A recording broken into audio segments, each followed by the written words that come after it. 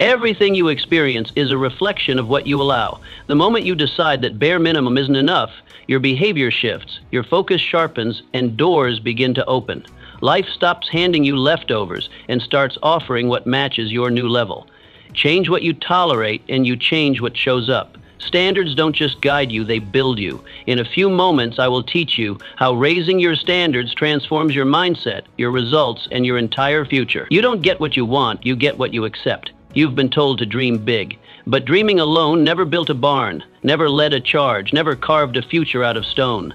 You don't rise in life because of what you wish for, you rise because of what you refuse to tolerate. Your current reality isn't the result of your goals, it's the result of your standards. If you accept mediocrity, that's exactly what you'll get. If you allow excuses, they'll multiply like weeds in an untended field. What you allow in your day becomes the law of your life. The moment you raise the bar on your habits, on your effort, on your thinking, you begin to shift the direction of everything. But if you wait for things to change around you, you'll be waiting forever.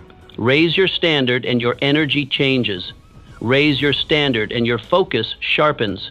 Raise your standard and life starts to bend toward you, not because life got easier, but because you got stronger. Now picture this. A carpenter shows up late, cuts corners and shrugs it off. Another shows up early, sharpens every tool, and checks every angle twice. Which one builds a legacy? Ask yourself, what have you been tolerating? In your work, in your health, in your speech? You want a better life? Then stop allowing the old one to linger. Stop letting weakness win in silence. Nothing changes until your standard does. The world respects the person who respects themselves. The first test isn't out there, it's in here. A person who demands excellence from themselves doesn't need applause. Their reward is built into their effort. You don't earn respect by asking for it. You earn it by becoming someone who commands it. Through discipline, through integrity, through visible proof of unseen labor. And when your standard for yourself rises, so does the way others treat you, not because they changed, but because you stopped blending in. Most people whisper through life, hoping to be liked. But you were meant to walk tall, to speak with conviction, to lead without asking for permission. You set the tone. You define the terms. You shape the atmosphere you walk into, if you first shape the one inside yourself. Imagine this, a blacksmith working in silence, hammering steel with rhythm, sweat dripping, no audience. But those who walk by, they stop, they watch, not because he asked them to, but because excellence draws attention. Now ask, have you been living to impress or to become? Are you lowering your standard to fit in or lifting it to rise above? When you treat yourself with honor, when your habits match your words, your world begins to shift. In every room you enter, it will feel it. Your standards decide your schedule, your effort, and your destiny. Each day begins with a decision, whether you see it or not. Will you rise with purpose or drift with the wind? Your standards are not slogans, they are marching orders. They tell your body when to rise, your mind what to focus on, and your heart what to endure. A low standard lets comfort in. It lets shortcuts thrive. But a high standard, one that demands consistency, honesty, and strength, turns every day into a weapon of progress. People don't fall behind all at once, they drift. One missed hour, one lazy effort, one compromise. But you must become the one who doesn't flinch, who shows up sharp, even when no one is watching, especially then. Now imagine this. Two farmers plant seeds.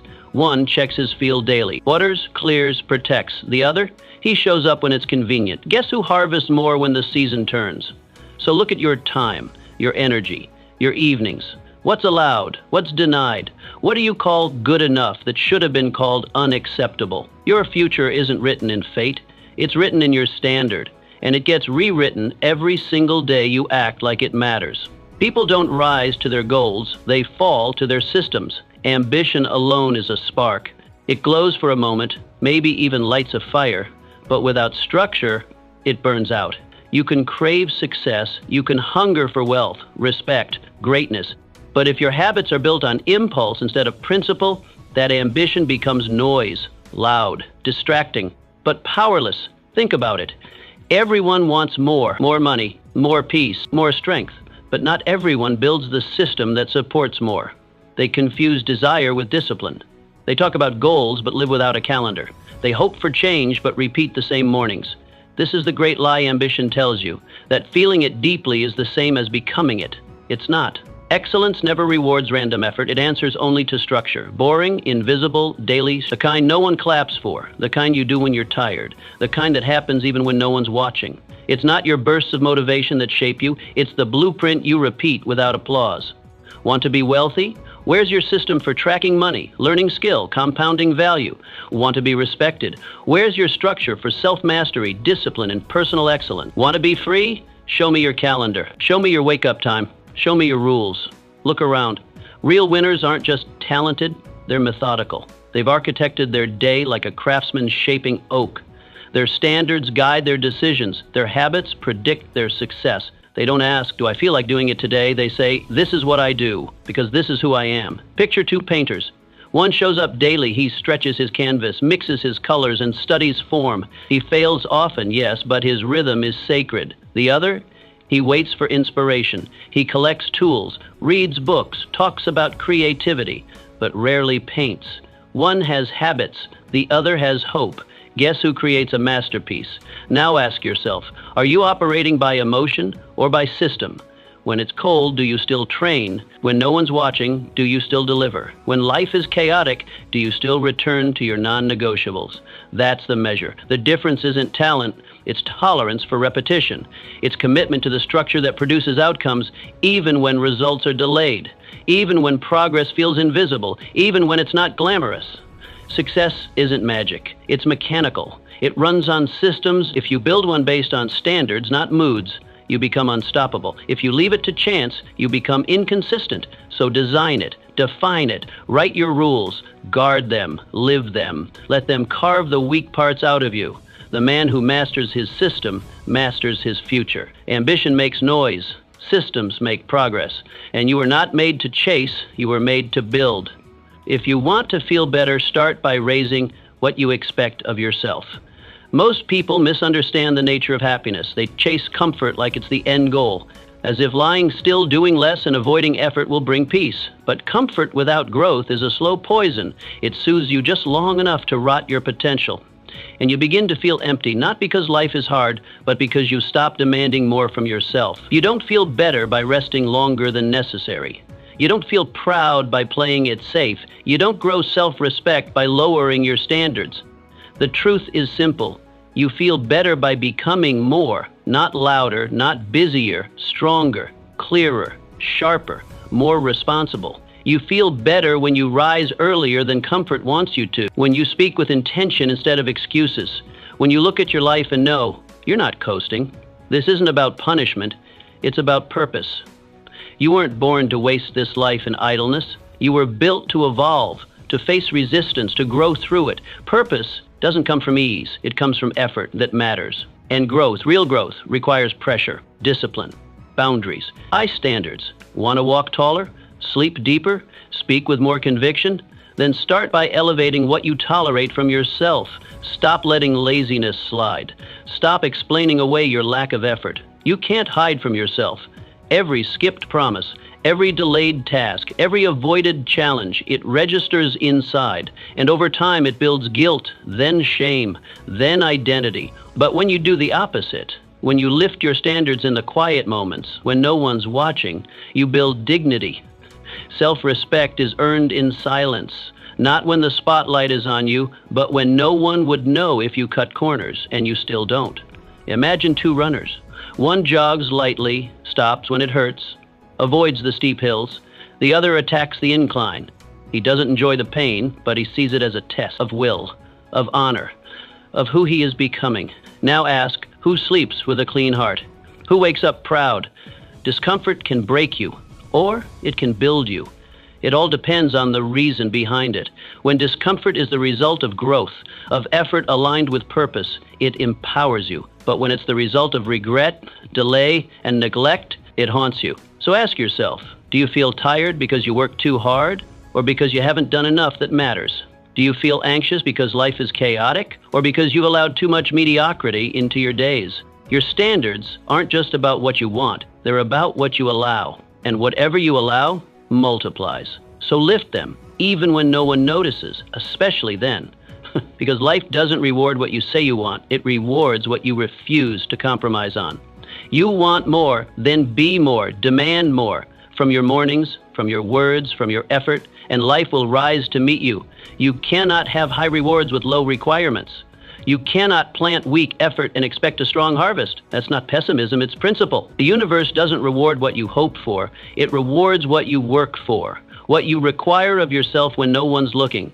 The laws of this world do not bend for wishes, they respond to requirements. And the higher the reward you seek, the more you must raise what you ask of yourself. Everyone wants the prize, freedom, respect, impact. But when you examine the average person's day, how they think, how they act, how they decide, you see something else. They live by minimum, the bare minimum of effort, the lowest threshold of discipline, the cheapest version of integrity. They do just enough to say they tried, but not enough to truly earn the reward. And then they wonder, why isn't it working? Why isn't success showing up? Here's the truth. Life pays according to your standards, not your slogans. What you say you want means nothing if it isn't backed by what you demand from yourself. If your actions are small, your results will be too.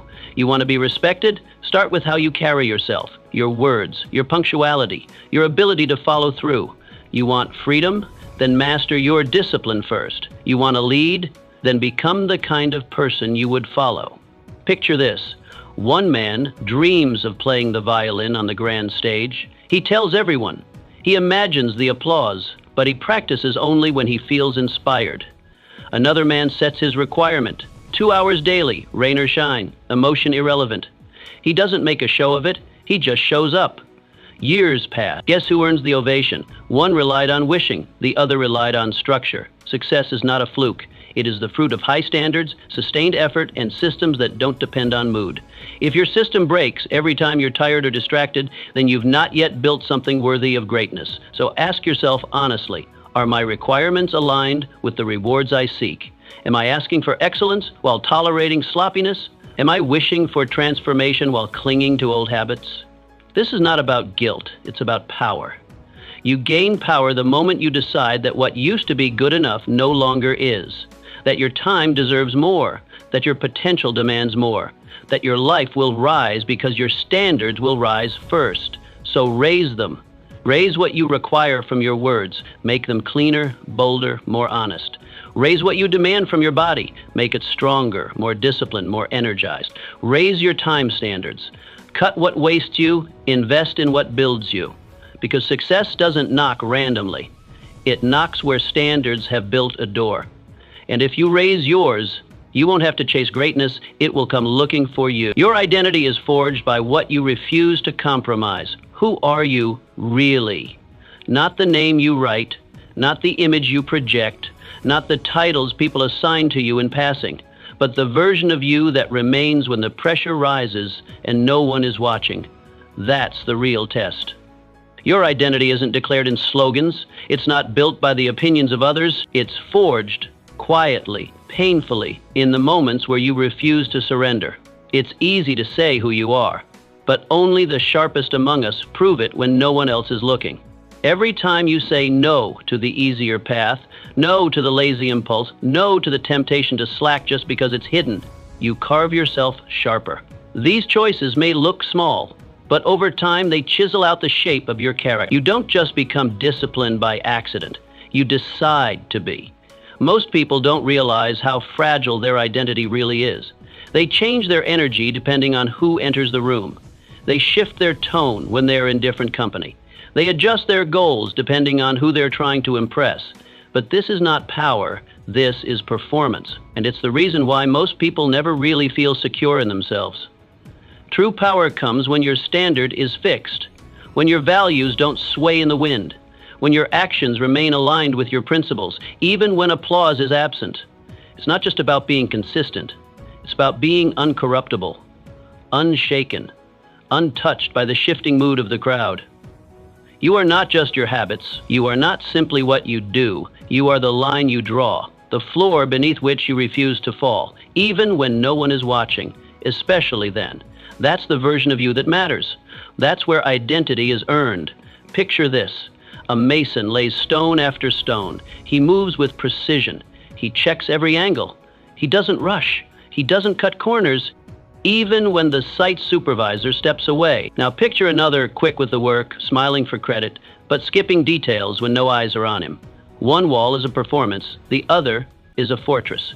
Which wall survives the storm? Now ask yourself, what are you building with your choices? Are you stacking stones of substance or of shortcuts? Have you let your standards slip when the lights were off? Have you chosen ease over honor, comfort over character, the shortcut over the climb? This is the hard truth most avoid. Every small compromise costs, not in dollars, not in public shame, but in identity. Every time you let something slide that your best self wouldn't accept, you chip away at your own strength. Over time, this becomes a pattern, and that pattern becomes your life. Stop adjusting to the crowd. Stop tailoring your soul to match the mood of the room. Decide who you are and hold that line, not just when it's convenient, always. Because once you refuse to compromise, you begin to carry something more than success. You carry integrity. You carry a reputation that doesn't need defending. You carry a name that means something, even when you're gone. And that is worth more than applause, more than praise, more than money. So draw your line and never sink below it, because what you refuse to surrender becomes who you truly are. The way you do one thing is the way you do everything. Excellence is not talent. It's not brilliance, luck, or the result of rare genius. It's something quieter, something deeper. Excellence is a tone, a rhythm, a quiet pattern in the way you carry yourself. It's found in how you do the smallest things when no one is paying attention. It lives in the unseen, the uncelebrated, the repetitive motions that most people brush aside as unimportant. And that's exactly where it's born. You may believe that a late start or a skipped task is just a small slip, that being careless with a detail won't affect the big picture. But that's the great misunderstanding. Everything is connected. The way you sweep the floor echoes in the way you lead a meeting. The way you fold your shirt shows up in the way you manage your money. The small becomes the structure, and the structure becomes your life. What most call minor is the very soil where identity grows. A man who trains himself to ignore the details, to say it doesn't matter, is a man slowly eroding his own edge. He may still smile in public. He may still speak of big goals. But inside, the thread is loosening. Excellence doesn't begin in the spotlight. It begins in silence. And it dies the moment you let good enough become your permission slip. There's a reason mediocrity is so common. It's easy to excuse. You can get by with average. You can survive on sloppiness. But you cannot command with it. You cannot lead, influence, or build something lasting if the pattern of your life is stitched together with shortcuts. But when you choose to raise the level of everything, from how you walk to how you write your name, you start creating a life of alignment. Your outer world reflects your inner standard. You speak with weight. You show up with clarity. You leave no room for confusion about who you are and what you stand for. And people feel that, even if they can't explain it. Picture two tailors. One checks every stitch. He irons each seam, even the ones no customer will ever see. The other rushes the inside lining. No one will notice, he tells himself. But they do. Maybe not at first, but over time his reputation starts to carry the scent of carelessness. Meanwhile, the first tailor doesn't need to advertise. His work does it for him. One becomes trusted. The other becomes replaceable. So the question is not whether you're talented enough. It's whether you're committed enough, whether you treat the unseen as sacred, whether you can hold the line when no one is checking, whether you're willing to do it right, even when it would be faster to just do it now. Excellence is built when you move with the same standard in the quiet as you do in the crowd, when the way you handle your tools, your words, your time is consistent regardless of applause. If you want to rise, do not chase moments. Build the rhythm.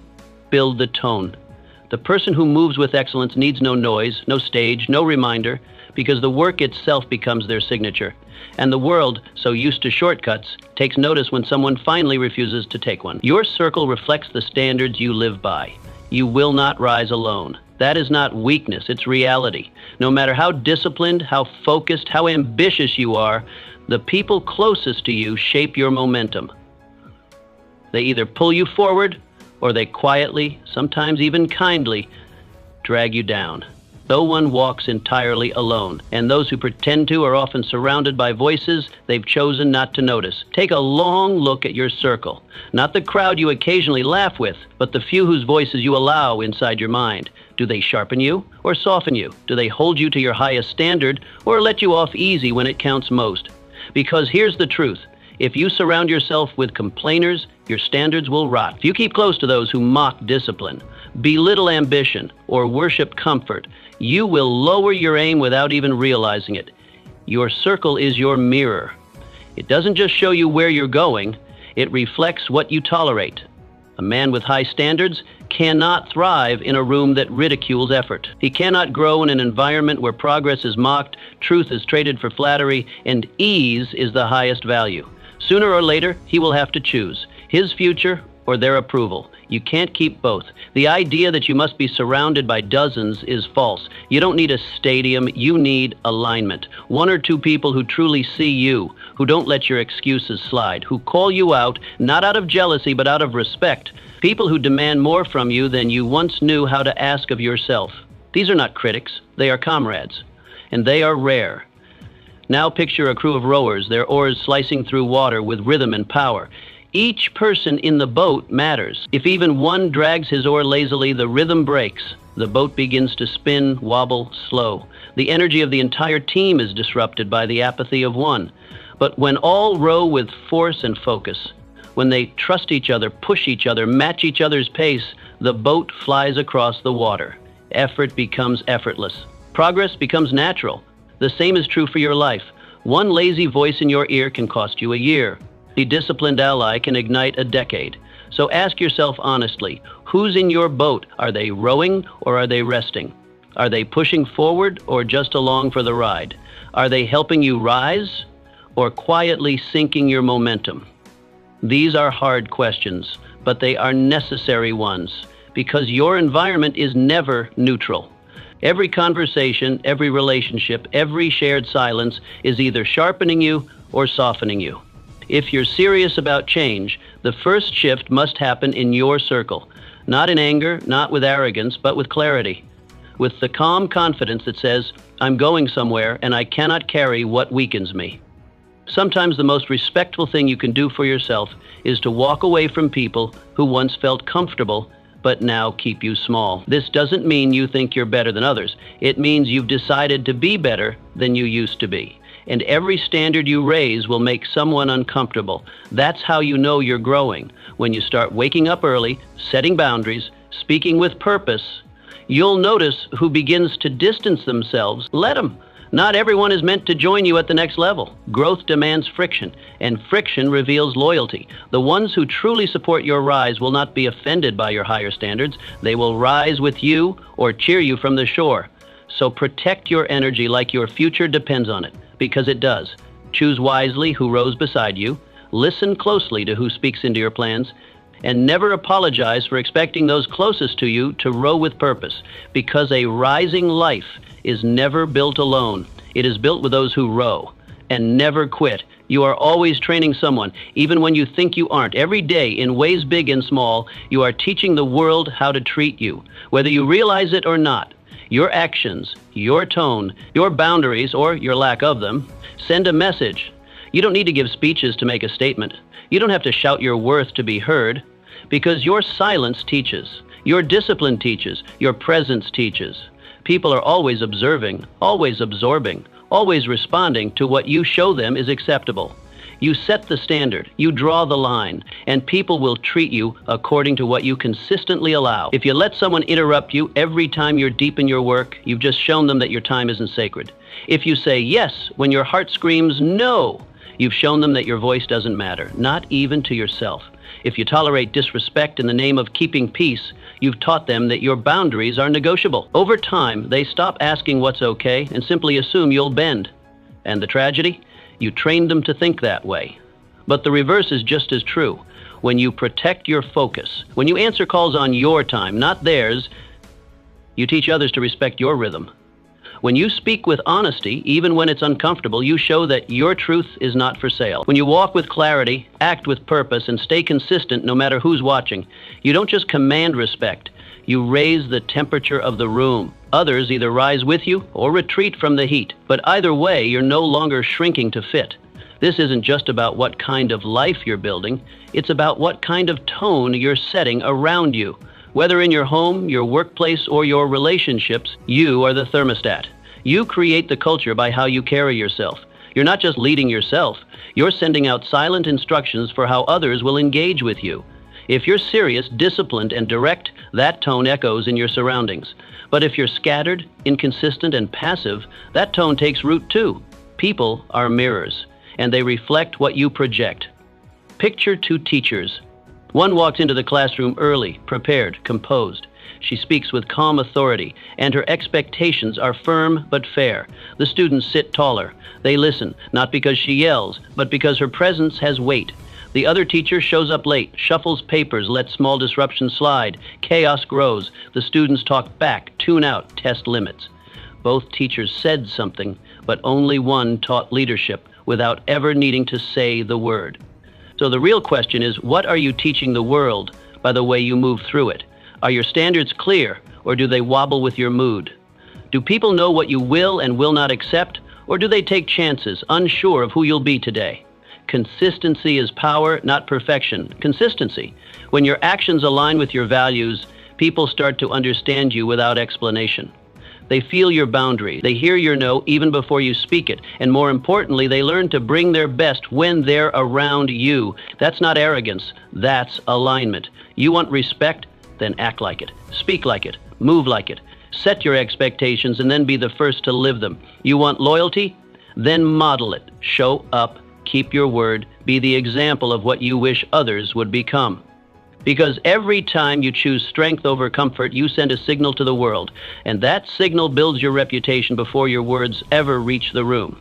People trust those who trust themselves.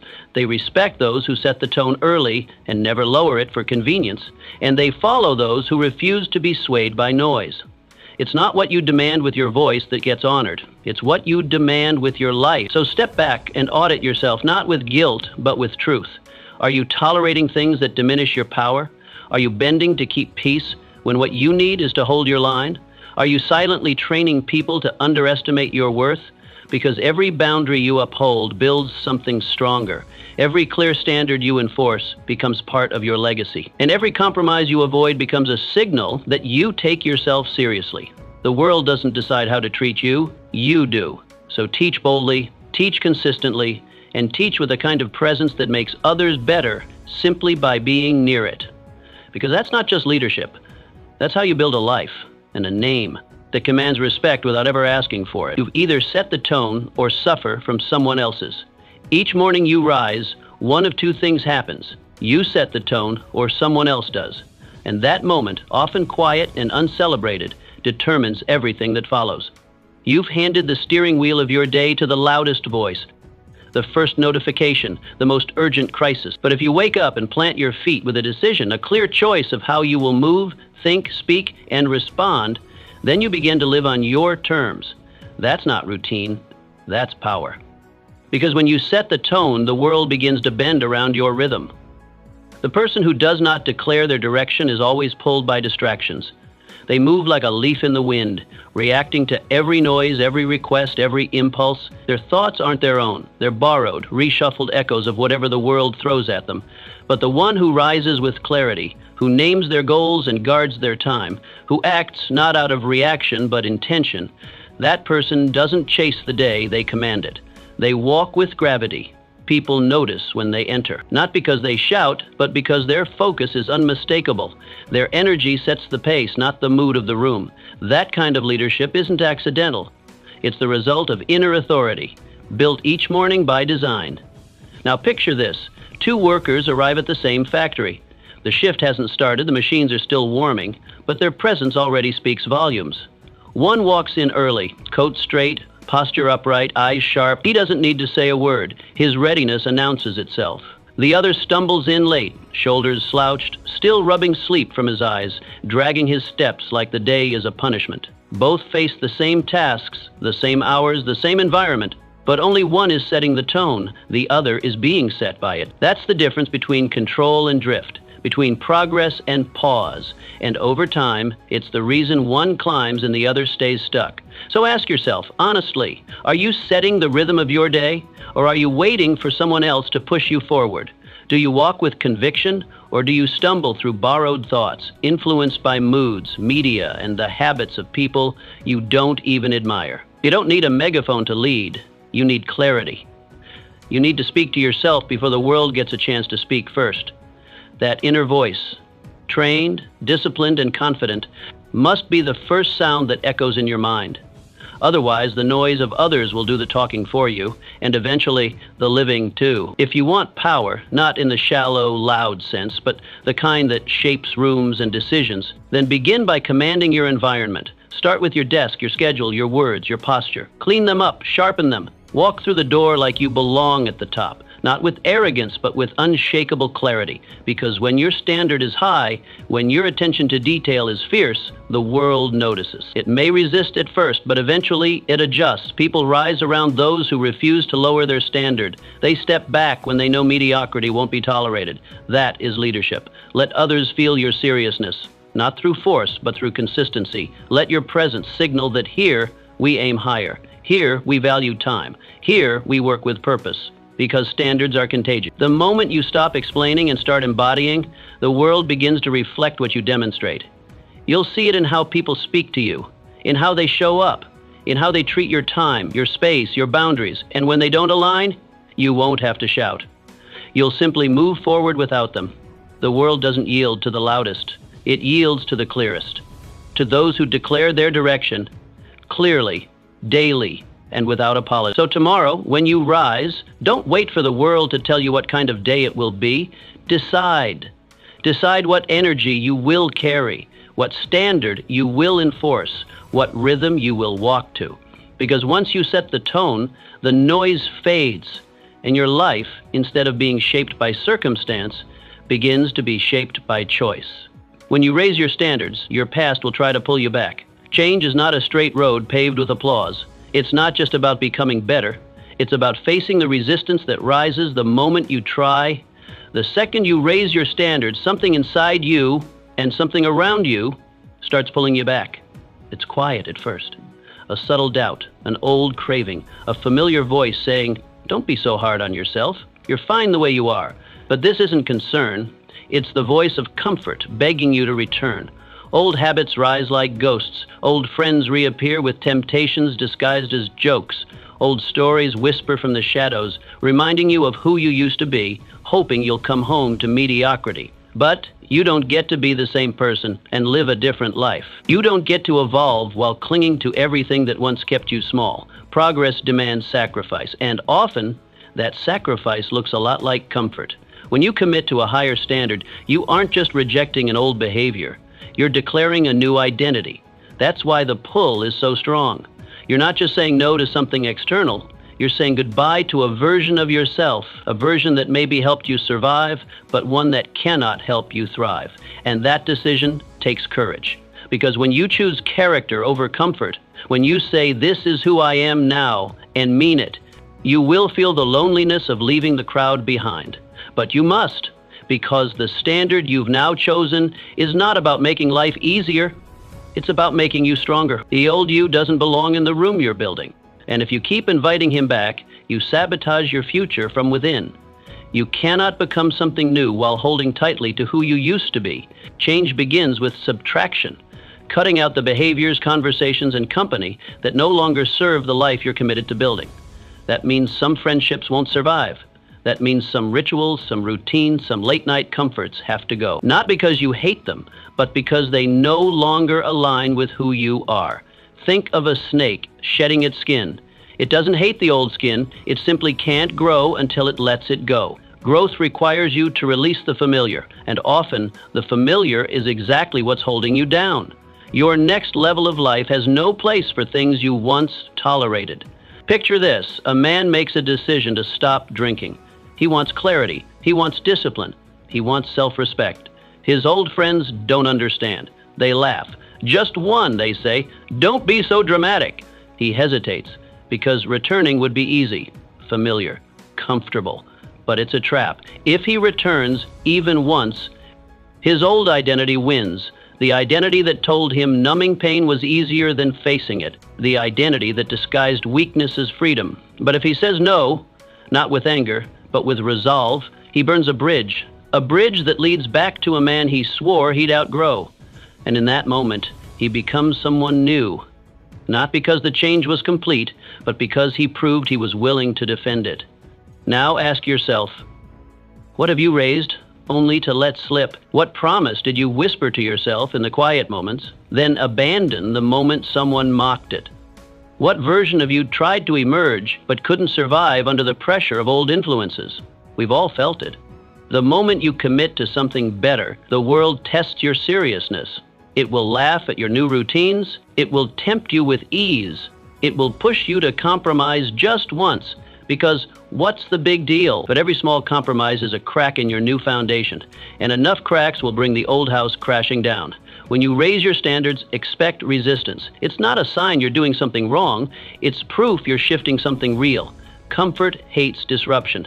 Mediocrity despises clarity, and the people who once cheered you on may feel threatened when you begin demanding more from yourself and from life. That's part of the price. But the reward? Power. Quiet, unshakable power. The kind that comes not from controlling others, but from mastering yourself. The kind of power that builds respect in silence, that turns boundaries into shields, that makes others say, there's something different about you, even if they don't have the words for it. This isn't a game. This is your life. And no one gets to walk two roads at once. So if the old path leads to weakness, laziness, compromise, burn it. Not with bitterness, but with finality. Let it go. Because it's not just about moving forward. It's about making sure you never have the option to slide backward. Burn the bridge if it leads to the man who made excuses. Burn the bridge if it leads to the version of you who needed permission. Burn the bridge if it keeps you from becoming the person you've promised yourself you'd become. You weren't born to live in reverse. You were born to rise. So let go of the story, the silence, the softness that used to define you, and write something new, one standard at a time. Standards don't work until they're non-negotiable. Anyone can say they want more. Anyone can talk about their goals, post about their dreams, speak passionately about the life they're building, but talk is easy. What separates the wishers from the winners is one thing: standards. Not the kind you declare in moments of motivation, not the kind you share when you feel strong, but the kind you enforce when you're exhausted, discouraged. A true standard becomes non-negotiable the moment it's tested. That's where most people break, when life pushes. They lower the bar, adjust the line, excuse the slip. But when you do that, you're not living by a standard. You're living by emotion. And emotion is a poor compass. It changes with the weather, it bends with fatigue, and it disappears the moment discomfort arrives. Real standards are built like iron. They are not flexible. They don't shift with your mood. They don't yield under pressure. They become part of your identity. This is who I am now, and no matter how tired you are, no matter what excuse rises in your mind, no matter how quiet the moment is when no one would even know, you don't break. You don't negotiate. Because your word, even to yourself, means something. That's what separates a person who flirts with excellence from the one who embodies it. It's not about feelings, it's about principle. Your standard doesn't ask for approval. It stands silently, immovably, even when no one claps for it. Imagine this. A shipbuilder owns a small yard by the docks. He makes a promise no boat leaves until every bolt is checked twice, no exceptions. One night, orders are backed up. He's behind schedule. The sun is setting, and fatigue tugs at his body. He could skip a step, no one would know, but still, he checks every bolt, every single one, because that's the promise. Not just to the client, not just to his crew, but to himself. That's not just craftsmanship, that's character. That's what a real standard looks like. It's not about the customer. It's not about appearances. It's about living in alignment with the identity you've chosen, especially when it costs you something. So ask yourself, what is your line in the sand? What behavior is now beneath you, even if no one would call it out? What compromise used to slip by, but no longer gets a pass under your watch? Where have you tolerated inconsistency, excused sloppiness, or allowed your old self to sneak back in just because the moment was quiet or the stakes were low? These are the places where your identity is still being negotiated. And the longer you negotiate, the more you train yourself to see standards as optional. That's dangerous, because excellence isn't born in public, it's enforced in private. If you can't live your standard when no one is watching, then you haven't really committed to it. You're still trying it on. The truth is simple but sobering. If your standards are based on how you feel, they'll collapse the moment adversity rises. If you only act with discipline when it's convenient, you're not disciplined, you're just motivated. And motivation, by its nature, fades. But when your standards are fixed, when you have decided once and for all what kind of person you are, then the world can throw what it wants and you'll remain unmoved. Because you're not reacting anymore. You're choosing, you're commanding. That's what makes you powerful. That's what makes you untouchable. Consistency isn't glamorous. It doesn't get applause, but it builds something that no amount of hype can fake. Reputation, not just with others, but with yourself. And that reputation becomes the floor beneath you, the unshakable base you stand on when everything else feels uncertain. When life hits hard, you don't crumble. You don't ask, can I do this? You already decided that long ago, because your standard was never about winning once. It was about showing up right every single time, no matter the mood, no matter the storm, no matter the odds. So if you want to build a life that lasts, one that commands respect, one that leads others, one that cannot be derailed by pressure, then start here. Make your standards non-negotiable. Define them clearly. Say them out loud. Write them down. Then live them. Not once, but always, until they stop feeling like rules and start becoming who you are. The person who doesn't miss a workout, not because of a fitness goal, but because discipline is part of their DNA. The person who speaks with integrity, not because it's easy, but because truth is non-negotiable. The person who moves with excellence, not for praise, but because anything less feels like betrayal. You are not here to play with potential. You are here to fulfill it. And that begins by setting a standard so strong, so clear, so rooted in purpose, that life itself begins to adjust around it. Because when your standard is immovable, you become unstoppable. Every time you raise your standard, you attract a new level of life. The world meets you where you stand, not where you wish to be, not where you pretend to be, but exactly where you truly are, internally, consistently, and unapologetically. It responds not to your desires, but to your standard. When you carry yourself with clarity, with strength, with a non-negotiable sense of self-worth, something changes in the atmosphere around you. You no longer have to beg for attention or knock endlessly on doors that never open. Instead, you become a signal, and the right people, the right opportunities, the right paths begin to move toward you. Not because the world suddenly becomes easier, but because you've risen to meet it. When you walk into a room with preparation in your back pocket and purpose in your spine, people notice. Not because you ask them to, but because your presence tells the truth before your mouth does. You don't get what you beg for, you get what you've earned. And earned doesn't mean exhaustion, it means alignment. It means your actions match your ambition. It means your discipline reflects your desire. It means you don't just say what you want, you prove you're ready for it. Through how you live, how you think, how you carry yourself, long before anyone's watching. Worthiness isn't about permission, it's about proof. You prove it to yourself before the world believes it. You rise in the dark before the spotlight ever finds you. Most people wait to be told they're good enough, ready enough, visible enough, but nothing changes until you change. The world doesn't go first, you do. You move first. You raise the bar first. You commit to excellence first, and then slowly but surely the world begins to treat you as the person you've become. But if you hesitate, if you stall, waiting for life to show signs before you act, then you stay stuck. The order is always the same. You rise. The world responds. Picture a craftsman. Not flashy, not loud, just consistent. Day after day, he sharpens his tools. He refines his skill. He polishes his craft while no one is watching. There are no fans, no applause, no external rewards, just quiet work and internal fire. Years pass. And then, one day, someone notices. Someone sees the quality, the attention to detail, the unmistakable standard, and opportunity arrives, not as a miracle, but as a recognition. The craftsman didn't get lucky. He got ready. He didn't force the moment. He matched it. His standard made luck unnecessary. Now ask yourself, have you been waiting to be chosen, hoping someone finally sees your worth, or are you becoming undeniable, building so much value, so much clarity, so much alignment that the world can't ignore you? Have you been chasing validation or mastering your craft? Have you been stretching yourself toward your next level, or simply waiting for life to pick you up and carry you there? This is the truth most avoid. Life does not promote who wants more. It promotes who has become more. The next level isn't unlocked through force, through noise, through desperation. It's unlocked through alignment. When your energy, your actions, your self-image, and your standards match the future you want, that future begins to recognize you. You stop having to get in the room. You stop asking for opportunity to see you. You become the opportunity. And when you reach that place, when your standard finally matches your ambition, you'll realize that every delay, every silence, every invisible season was part of your preparation, not punishment, preparation.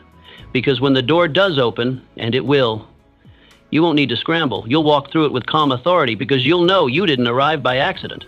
You arrived by design. You didn't hope your way in. You worked your way in. You became the kind of person who belongs there. But this requires honesty, brutal honesty. Where have you been waiting for life to lift you when you should have been lifting yourself? Where have you been hoping for a shortcut when what's required is a standard? Have you been living by temporary motivation or by long-term identity? Because nothing sustainable is built on emotion. It's built on principle, discipline, decisiveness. It's built by refusing to break the line you drew, even when no one else is holding you accountable. This world doesn't give you what you ask for. It gives you what you're prepared to hold. And preparation isn't passive, it's active. It's the early mornings, the extra mile, the quiet refusal to drop your standard just because no one's watching. You aren't owed anything, but you are capable of everything, if you're willing to become the kind of person who can carry it. So raise it, raise your speech, raise your effort, raise your decisions, raise the way you speak about yourself, the way you walk into rooms, the way you manage your time. Set a standard so firm, so real, so alive in you that the world can't help but respond. The moment you stop waiting for something outside of you to change and start becoming someone worthy of everything you want, that's the moment your life begins to shift. Because the world meets you where you stand. So stand higher and let the world rise to meet you. You must judge yourself before the world ever gets a chance. You think people are hard on you? That's nothing compared to the judgment you give yourself in silence. When the crowd is gone, the lights are off, and there's no one left to impress, that's when the real voice speaks. Not the noisy voice of critics, not the flattering voice of friends, but the one that knows every corner of you. The one that remembers what you said you'd do, who you said you'd become, and whether or not you honored that promise. That voice doesn't scream. It whispers. But its truth cuts deeper than any insult, sharper than any applause. And it always asks the same question. Did you do your best today? That's where your peace lives, or where your torment begins. Did you rise to your own standard? Did you show up with discipline, with courage, with integrity, even when it was inconvenient? Or did you compromise, drift, distract, delay? You don't answer this out loud. You answer it by how you feel when your head hits the pillow. You answer it by the look in your eyes when you meet your own reflection. That's the judgment that matters. That's the standard that defines you. Most people are terrified of external judgment. They shrink in fear at what others might say, how others might react.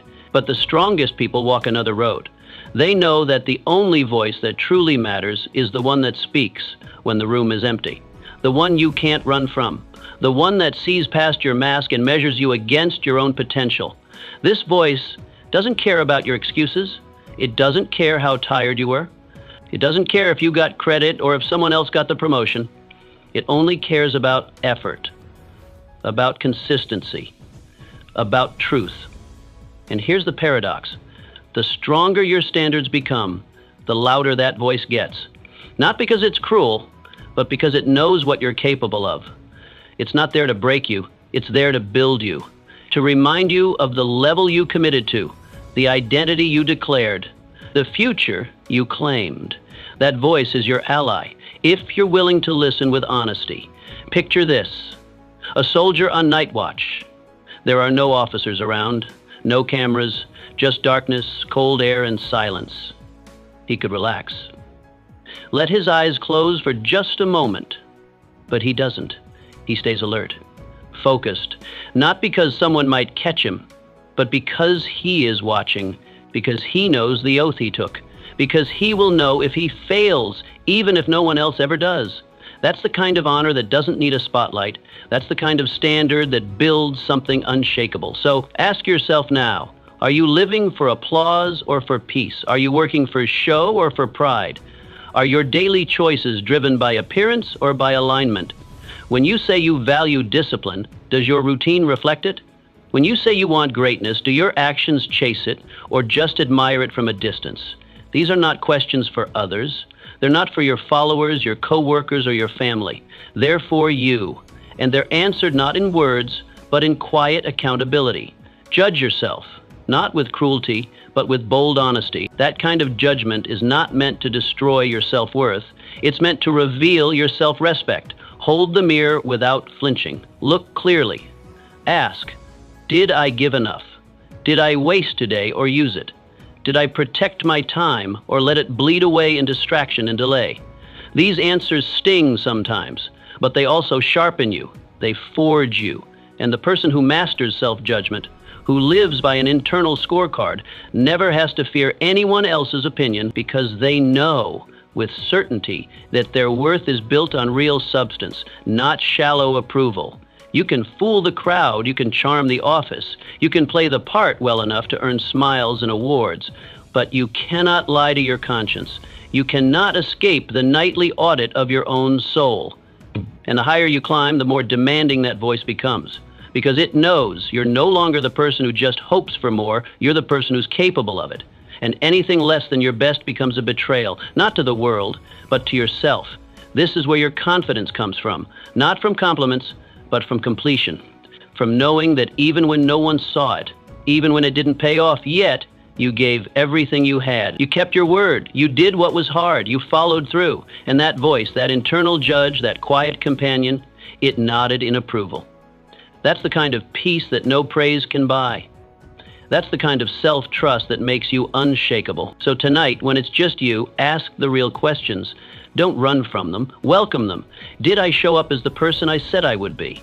Did I fight for my vision or fold to comfort? Did I uphold my standards when no one else was there to hold me accountable? Because that's the voice that matters most. And if you can answer it with courage, you don't need to answer to anyone else. You are either rising by decision or dying by drift.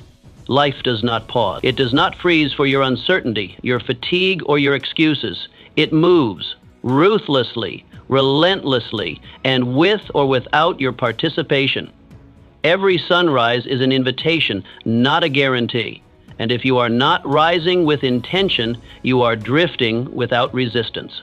But drifting rarely feels like failure at first, because most failure doesn't announce itself with a crash. Most of it whispers, quietly, invisibly. It's a missed hour here, a postponed goal there, a corner cut, a discipline delayed.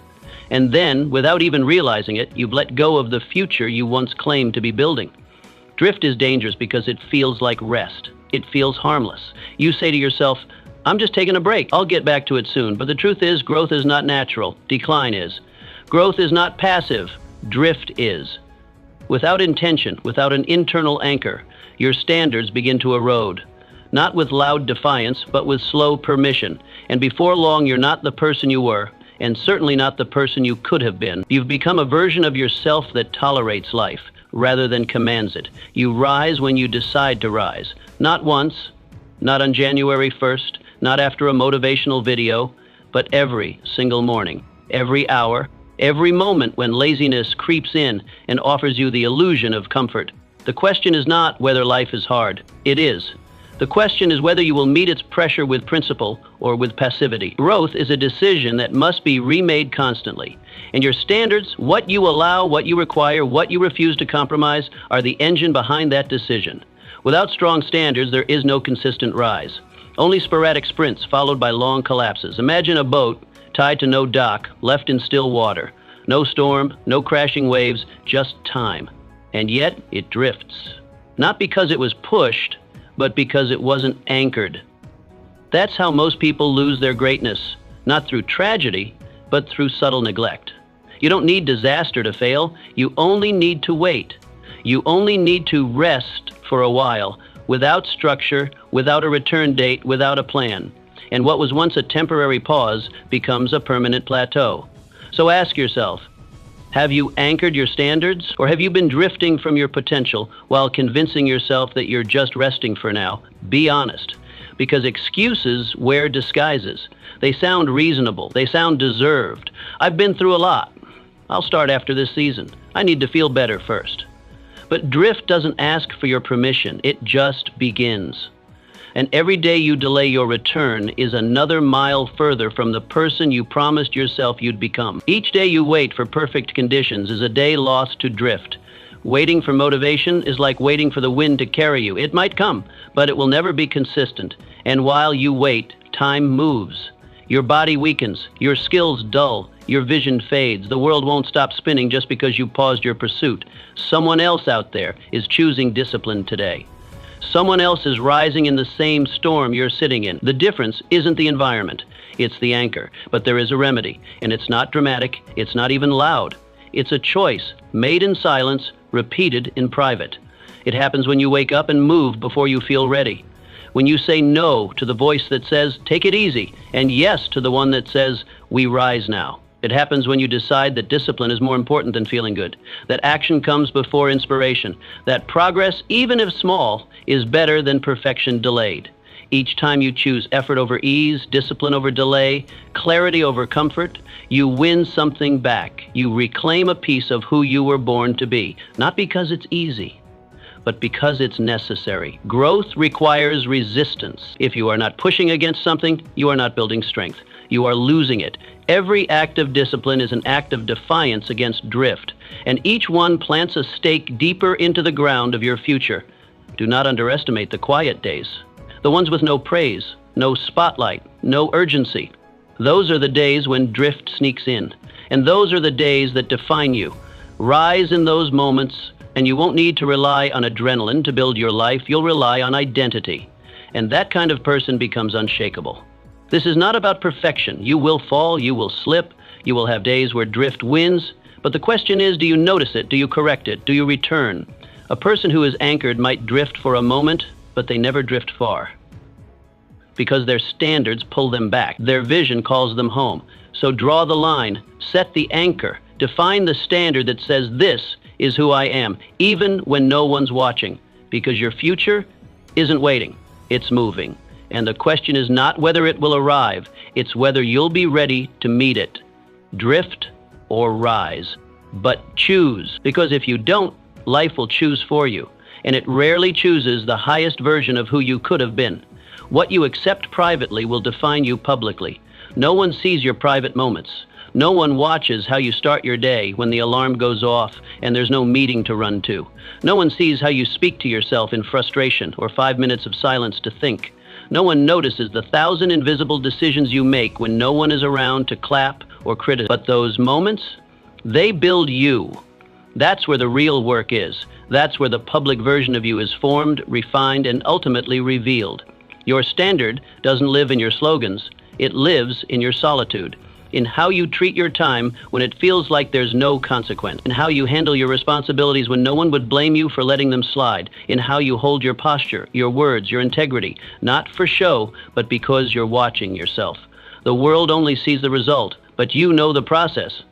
You know the corners you cut, or didn't, and eventually so does everyone else, because your private habits become your public reputation. Whether you like it or not, people marvel at greatness. They stand in awe at the results. The record-breaking athlete, the compelling speaker, the masterful leader. But what they forget, or ignore, is the fact that those results were not born in the arena. They were born in silence, in the shadows, in the hours and days and years when no one was watching, when motivation had long since left the room and only standards remained. Greatness isn't an act, it's a rhythm, and rhythm is built in private. It's the decision to not cut the corner, to do the extra rep, to proofread the sentence again, not because the audience will know, but because you will. It's in those invisible acts that power grows. Every time you choose effort over ease when no one else is looking, you put another brick in the foundation of a life that can stand in the storm. Every time you betray your own standard behind closed doors, that foundation weakens. The cracks may not show yet, but give it time, they always do. Picture this. A writer sits at a desk, surrounded by silence. The world outside is rushing past. No one is waiting on him. No deadline looms. But he leans forward, eyes fixed on a single sentence. He rewrites it, not once, not twice, 10 times. Not because a critic will count, but because he knows. Because his standard is not dictated by the audience, but by his own code. His readers won't see the struggle, but they'll feel the result, the clarity, the sharpness, the authority. That's what real work does. It leaves fingerprints, even when no one saw the hands. Now ask yourself honestly, what are you letting slide in private, hoping it won't catch up with you? What promises have you stopped keeping just because no one noticed? What behaviors, once a matter of pride, have you now excused in the name of just this once? These are not small matters. These are the places where your standard truly lives, and they are the first things the world will feel, even if it never sees them. If you want strength in the spotlight, you must raise your standard in the shadows, not once, not just when you're inspired, but daily, especially when it's quiet, especially when it seems to not matter, because everything matters. If your inner life is undisciplined, chaotic, half-hearted, your outer life will follow. Maybe not today, but soon. You can't fake substance forever, and real excellence never comes from performance. It comes from practice. Repeated, private, deliberate practice. Excellence is a muscle, and like any muscle, it's built through repetition. You become what you repeat, especially when no one else is looking. Because those repetitions, invisible to the world, are loud to your soul. They shape your posture, they mold your identity, they define your self-respect. Every time you keep your own word in private, you build confidence that doesn't need validation. And confidence like that, it's unshakable. It radiates before you speak, it leads before it commands. So, if you've been waiting for motivation, for an audience, for a deadline, stop. The best things you will ever build are done in the dark. The strongest version of you is forged in silence. You don't need permission to raise your standard. You need conviction. The conviction to say, I am the kind of person who finishes, who sharpens, who shows up, no matter who's watching. That's where greatness begins, not in the moment the world notices you, but in the 100 quiet days it didn't. In the early morning where you could have snoozed, in the evening where you could have coasted, in the conversation where you could have lied but didn't, in the gym rep you didn't skip, in the document you didn't rush, in the details that build the kind of life that doesn't need a spotlight to shine. The shadow builds the spotlight. The secret builds the strength. So raise your standard when no one's watching, because one day everyone will. If you don't respect your own time, no one else will. Time is your most sacred currency. It is the one resource you cannot borrow, cannot store, and can never earn back once spent.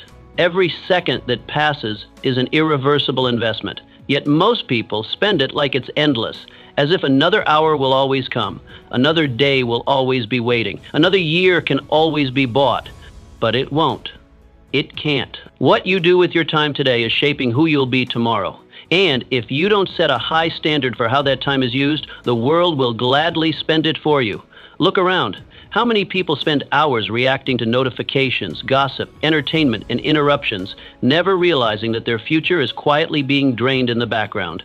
It's not that they're lazy, it's that they haven't decided, they haven't chosen what their time is for. And when you don't claim your time with purpose, life defaults to the path of least resistance, distraction, delay, and drift. Your time gets pulled in 100 directions by other people's priorities and by your own undisciplined habits. If you don't protect your time, others will steal it. Not maliciously, not always intentionally, but they will take it. They'll fill your calendar with meetings that don't matter. They'll send messages that demand attention, but not action. They'll ask for favors that cost you more than it benefits them. And if you haven't drawn the line, you'll find yourself constantly available but rarely effective. You'll confuse motion for meaning, busyness for value, noise for purpose. And if you don't guard your focus, the world will drown it in nonsense, meaningless headlines, pointless debates. You'll spend the prime energy of your life reacting to things that don't matter and then wonder why the things that do never seem to move forward. The problem isn't a lack of hours, it's a lack of standards. You don't need more time, You need a better code for how you treat it. But something powerful happens when you raise that code, when you treat every minute like it matters, when you no longer tolerate distractions disguised as entertainment or obligations disguised as emergencies, when you decide that your time is not just something to fill, but something to forge. You begin to move differently, and the world begins to treat your presence with weight, not because you demand it, but because your clarity is unshakable. People feel when someone has standards. They step carefully around those who value themselves. Picture this: two craftsmen. Each has the same tools, the same hours, the same potential. One checks the clock every 10 minutes, answers calls, gets pulled into conversations. He allows interruption. He lets energy leak. The other? He sets his hours, closes the door, moves with rhythm. Every hammer strike, every measurement, every decision is deliberate. He's not rushed, but he's relentless. He doesn't just use time, he commands it. And what he creates, it reflects that fire. The difference isn't talent, it's time. Respected, protected, and used with purpose. Now ask yourself honestly, have you been casual with your time? Have you traded your mornings for extra sleep, your evenings for noise? Have you surrendered your energy to people and problems that don't deserve it, simply because you never decided what your time was meant to build? If you want to rise, if you want to own your life, you must raise your standard for how you spend your time. That means you need a plan, not just a calendar full of appointments, but a conviction full of priorities. You must ask yourself, what am I really building? And then block out time, sacred, guarded time, for the work that fuels it. And when people try to take it not out of malice, but out of habit, you say, this hour is spoken for, not because you're rude, but because you're serious. You train people how to treat your time by how you treat it first. If you act like your time is negotiable, they will treat it as disposable. If you treat it with clarity and intention, they will rise or they will fall away. Either way, your life becomes sharper, cleaner, purpose-driven. You don't need more hours, you need higher standards. The CEO has 24 hours. The Olympian has 24 hours. The writer, the builder, the entrepreneur, they all live within the same limit. The difference is what they refuse to waste. It's not about being busy, it's about being aligned. Every task, every meeting, every block of time should echo your mission. And if it doesn't, cut it. Don't explain, just cut it. Because you have something to build. Decide what your time is for and defend it with conviction. Mornings are for clarity. Guard them. Midday is for momentum. Focus deeply. Evenings are for reflection or rest, not for unconscious escape. Build rituals that reinforce your mission. Design your schedule to elevate your standard. Let your calendar be a mirror of what matters most, not to others, to you. Because once you respect your own time, you teach the world to do the same. And when time starts working for you, not against you, you stop chasing progress and start compounding it. That's when your life shifts, not because of luck, not because of hustle, but because you finally decided that your time was sacred and you rose to meet it. A low standard feels safe until it destroys you. Comfort can feel like protection. It wraps around you like a soft blanket and tells you everything's fine, that you're doing enough, that you deserve to coast. But comfort, unchecked, is a trap. It whispers lies that keep you small. It shields you not just from pressure, but from power. And the longer you hide there, the more fragile you become. The more you avoid challenge, the more foreign it begins to feel. And then, when life inevitably tests you, and it will, you find that you are unprepared, exposed, empty-handed in the storm you never thought would come. That's the brutal truth about low standards. They feel safe until safety is no longer an option. Because real life doesn't care about your comfort zone. It cares about your capacity, your resilience, your strength. And strength is never built in ease. It's forged in resistance, in repetition, in showing up when your excuses are loud and your energy is low. A life of low standards may buy you short-term relief, but it will cost you long-term survival. People often mistake safety for the absence of struggle. But true safety, the kind that lasts, is the presence of strength. A strong person is safe not because they avoid problems, but because they are prepared for them. They've built endurance. They've felt pressure and learned to breathe through it. They don't fear difficulty because they've made it their training ground. And when the storm arrives, as it always does, They don't panic. They stand. Picture two fortresses. One is built quickly. It looks solid from the outside, tall, smooth, presentable. But it was constructed with weak stone, shallow foundations, corners cut to save time. When the storm hits, the walls crumble. The illusion of strength vanishes in the first gust. The other fortress? Built slowly, each stone inspected, each beam reinforced. Hours spent in silence, perfecting what no one else would notice. But it holds. Because what was hidden in the build becomes visible in the test. One falls because it was designed for appearance. The other stands because it was designed for pressure. Now ask yourself, have you been lowering your standard just to avoid discomfort? Have you told yourself this is good enough, knowing deep down you had more to give? Maybe you've avoided the hard conversation, skipped the extra effort, delayed the decision, all because the challenge felt too heavy. But every time you do that, you're building your fortress with weak stone. You're teaching yourself that avoidance is acceptable, and that habit, repeated long enough, becomes identity. It's easy to convince yourself that peace comes from ease, but that peace is temporary, surface level, because the deeper part of you, the one that knows what you're capable of, never stops watching. And when you ignore that voice long enough, something inside begins to decay, not loudly, but silently, softly, until one day you look at your life and wonder how it became so hollow, so vulnerable, so afraid of being tested. Raising your standard may feel painful. It may mean saying no when it would be easier to say yes. It may mean showing up earlier, staying later, sweating more, sacrificing comfort. It may mean losing people who only like the weaker version of you, but not raising your standard? That costs far more, because weakness feels easy until it's tested. Then it crumbles. And by the time you realize what you've lost, it's already too late to prepare. Here's the truth. Storms don't wait for you to be ready. Life doesn't schedule difficulty around your convenience. It shows up when it wants and exposes everything you've built. The cracks, the shortcuts, the corners you cut when no one was watching. But it also reveals what's strong, the character, the habits, the boundaries, the choices you made in silence that no one celebrated. But you made them anyway. So don't wait for the storm. Build your strength now. Do the hard thing before it becomes the only thing. Set your standard higher today, not because someone else told you to, but because you know you can. Because the person you're becoming deserves a foundation that will not break. The discomfort you feel now is temporary. The discipline it teaches, permanent. And that discipline becomes your armor. Every moment you choose effort over ease, you reinforce the walls around your future. Every time you say, I'll push a little harder, you plant a flag in the ground that says, this is who I am now. That decision doesn't need applause. It needs consistency. You don't need to be perfect. You just need to be honest. When you fall short, own it, but then get up and raise the line again, because that's what strength does.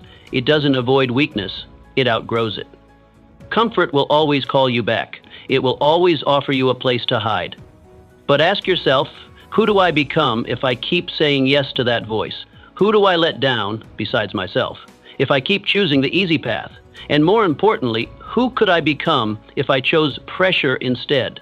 If I let the fire refine me instead of avoiding the heat, that answer is not found in words. It's found in action. One day, one decision, one higher standard at a time. So raise the bar, set the stone, and start building a life that holds, because when the storm comes, and it will, you won't be afraid. You'll be ready. When you change your standards, you change your identity. A man doesn't truly change when he switches jobs, buys new clothes, or moves to another city. Those things may shift the scenery, but they don't touch the soul. Surface change can create the illusion of growth. But real transformation begins when you raise what you will no longer accept from yourself. When you stop asking, what do I want, and start asking, what will I never tolerate again? That's when everything begins to shift. You don't step into a better life by reaching higher. You step into it by refusing to sink to the level you once lived at. You don't rise because you add more dreams. You rise because you raise your minimums. At the core of change is not ambition, it's refusal. The moment you draw a line in the sand and declare, never again will I live below this, you begin the true work of reinvention.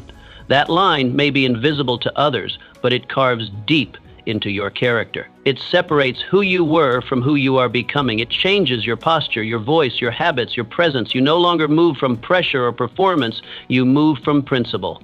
And with every decision that honors that line, your identity sharpens. You begin to look in the mirror and recognize yourself not for who you were, but for who you've chosen to be. This change doesn't need a crowd. It doesn't require a ceremony. It happens in quiet moments of decision. When you delete a contact who drains you, when you show up on time not because anyone's watching, but because you said you would. These decisions stack. They harden into integrity, and over time, they reshape you, not by force, but by alignment. And then, something even more powerful happens. The world adjusts. The world may not notice at first, but it always catches up. People feel your new standard. Without needing to be told, they start treating you differently, not because you demanded respect, but because your behavior now reflects someone who respects himself. You don't have to explain your boundaries. They're built into your energy. You don't have to announce your priorities. They're evident in your consistency. Life meets you at the level of your standards. The higher they rise, the more life stretches to match them. Imagine this. A farmer once sold spoiled crops. Not because he was a bad man, but because it was easier. No one really cares, he told himself. Good enough is enough. But one season, something in him changed. He decided that every piece of fruit, every vegetable he sold, would now meet a higher standard, his own standard. He lost a few buyers at first. The ones who came for quick and cheap left. But he didn't fold, he doubled down. He refined his soil, he inspected every harvest, and a year later his name became synonymous with excellence. Not because he chased more, but because he refused less. Now ask yourself, what identity have you accepted because it was convenient? What habits have you kept alive, not because they serve you, but because they're familiar? There's a version of you that exists just beneath your current standard. Stronger, sharper, more deliberate. But that version doesn't emerge when you change your goals. It emerges when you change your requirements. When you say, this is no longer who I am, not out of shame, but out of honor. The version of you that lets things slide, that skips what matters, avoids hard conversations, entertains distractions, apologizes for wanting more, that version may have been useful once. It may have helped you survive, but now it's the weight keeping you from flight, and it won't leave until you tell it to, until you say no more, until you live that truth so consistently that it becomes identity, not effort. Don't wait for life to hand you a new beginning. Create it by declaring what's no longer allowed. You don't need a reinvention plan. You need a raised standard. You need to name the behavior that is now beneath you, not because you're better than others, but because you're better than who you used to be. That shift isn't about arrogance, it's about accuracy, about deciding that what once felt acceptable now feels foreign. This shift doesn't happen overnight. It happens in repetition, in waking up every day and defending your new baseline, especially when it's easier to slip back into the old one, in saying no when yes would avoid conflict, in saying yes to the discipline your future demands, even when today's emotions scream for comfort. Every time you honor your new standard, you teach yourself who you are, and that truth hardens, not into rigidity, but into resilience. Real change is not a loud announcement, it's a quiet rebellion against the life you no longer accept, against the excuses you've outgrown, against the version of yourself who once believed good enough was enough. And when you live that rebellion long enough, consistently enough, the world will respond, not with applause, but with alignment. New opportunities will match your energy, new relationships will mirror your values, and your name, spoken or not, will carry the weight of someone who means it. You want to reinvent yourself? Don't change your vision, change your requirements. Decide what is now beneath you. Live that truth until it no longer feels like a choice, but simply who you are. Because real power doesn't come from what you pursue, it comes from what you refuse to tolerate. And once you make that decision, your life won't just change, it will never go back. If you hold the line long enough, your life will catch up to your standard. The world doesn't change the first time you raise your standard. It doesn't immediately reward you for wanting more or trying harder.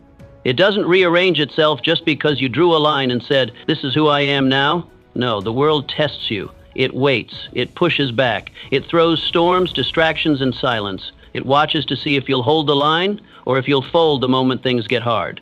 Most people fold. Most people raise their standard in a burst of energy, then shrink when results don't show up right away. That's why most people stay stuck, not because they didn't want it, but because they didn't defend it. There is a difference between setting a standard and protecting one. Anyone can raise the bar for a moment. Anyone can declare a new identity in the flush of motivation. But the test is in what happens when nothing around you changes, when the crowd doesn't notice, when your energy dips, when pressure creeps in from every angle. That's when most people go back. That's when the old comfort starts whispering again, telling you, it's not worth it. No one's watching. You've done enough. And if you haven't anchored yourself to something deeper than the moment, you'll believe it. But those who hold the line, especially when it's hard, those are the ones who win. The ones who keep showing up when no one's clapping. The ones who do the right thing when shortcuts are everywhere. The ones who don't bend their values just because bending would make things easier. These people don't just flirt with greatness, they become it. Not because they're louder, not because they're luckier, but because they lasted. Success favors the ones who keep going long after others have quit. Success is not an event, it's a pattern. It's not about having a high moment of clarity. It's about living that clarity in the middle of chaos. The world respects consistency far more than intensity. The world will not rise for your ambition, but it will eventually respect your resolve. If you defend your standard day after day, hour after hour, eventually life has no choice but to shift. The people who doubted you will take notice. The same world that tested you will begin to adjust to you. Imagine this: a lighthouse stands tall on the edge of the sea. The wind howls, waves crash, storms rage, but the lighthouse doesn't yell back. It doesn't flinch, it doesn't flicker. It just shines day after day, night after night, unmoved, unshaken, unchanged. That's what your standard has to become. Not reactive, not emotional, fixed. Your integrity, your discipline, your code, they are your light. And if you hold them strong enough, long enough, people will find their way by them. They will start to trust what you represent, not because of what you say, but because of what you never fail to do. So now ask yourself, have you only been strong when it's easy? Have you stuck to your principles only when they felt good? Or have you abandoned your standard the moment life pushed back? That's the measure. That's the difference between a standard and a slogan. Slogans crumble, standards hold. A standard is a promise you make with your actions, not just your words. And when you protect that promise fiercely, it begins to build something unshakable within you. You want change? Prove you mean it, not once, but every single day. Prove it when you're tired. Prove it when it's raining. Prove it when no one texts you back, when the scale doesn't move, when the opportunities go to someone else. Prove it in the quiet, in the frustration, in the delay. Because your future is watching. Your future isn't waiting to see if you'll make a big move.